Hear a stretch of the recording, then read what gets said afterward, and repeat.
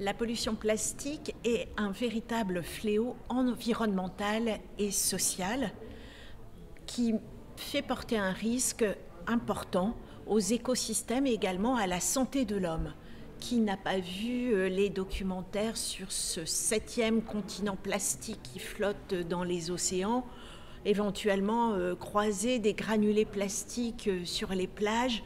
Rendez-vous compte de l'ampleur du problème, puisqu'il y a environ 359 millions de tonnes de plastique qui sont produits dans le monde en 2018 et que ce chiffre est prévu pour doubler d'ici 2050. Le plastique est omniprésent. À la fois, donc, nous se pose la question pour nous de savoir de quelle façon il va nous impacter d'un point de vue sanitaire.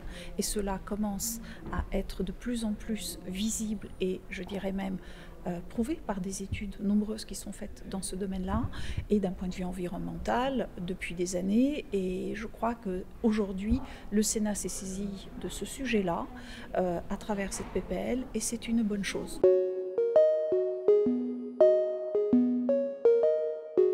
Cette proposition de loi veut aller plus loin et plus vite que les propositions de la loi AGEC.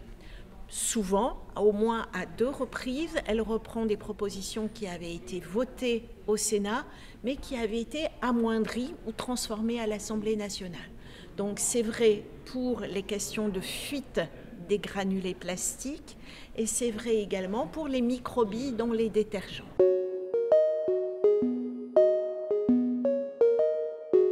Nous sommes en période de crise et avec cette période de crise, on a vu se démultiplier un certain nombre d'emballages liés justement aux précautions sanitaires que nous impose cette crise. Je préside le groupe d'études économie circulaire et nous allons nous saisir de ce sujet-là pour pouvoir développer et proposer au sein de la Maison Sénat des propositions qui pourraient nous permettre d'avancer sur ces thématiques, à la fois le volet déchets à proprement parler, donc plus de déchets, qu'est-ce que l'on fait? Donc là on est complètement dans la continuité de la loi AGEC, mais aussi sur le volet production, en réalité, donc de tous ces emballages qui, pour certains, ne sont pas vertueux.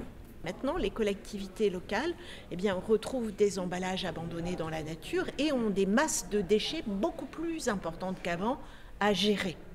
Et donc, c'est pourquoi j'ai déposé un amendement à ce propos, pour qu'on puisse, comme cela se fait par exemple en Suisse, proposer aux clients d'avoir des emballages durables, une sorte de consigne en réalité pour leur servir les repas. Cependant, il s'avère qu'aujourd'hui ce débat et cette proposition que j'ai faite semble un peu prématurée et donc la Commission se réserve la possibilité d'en discuter à nouveau dans le cadre du projet de loi climat.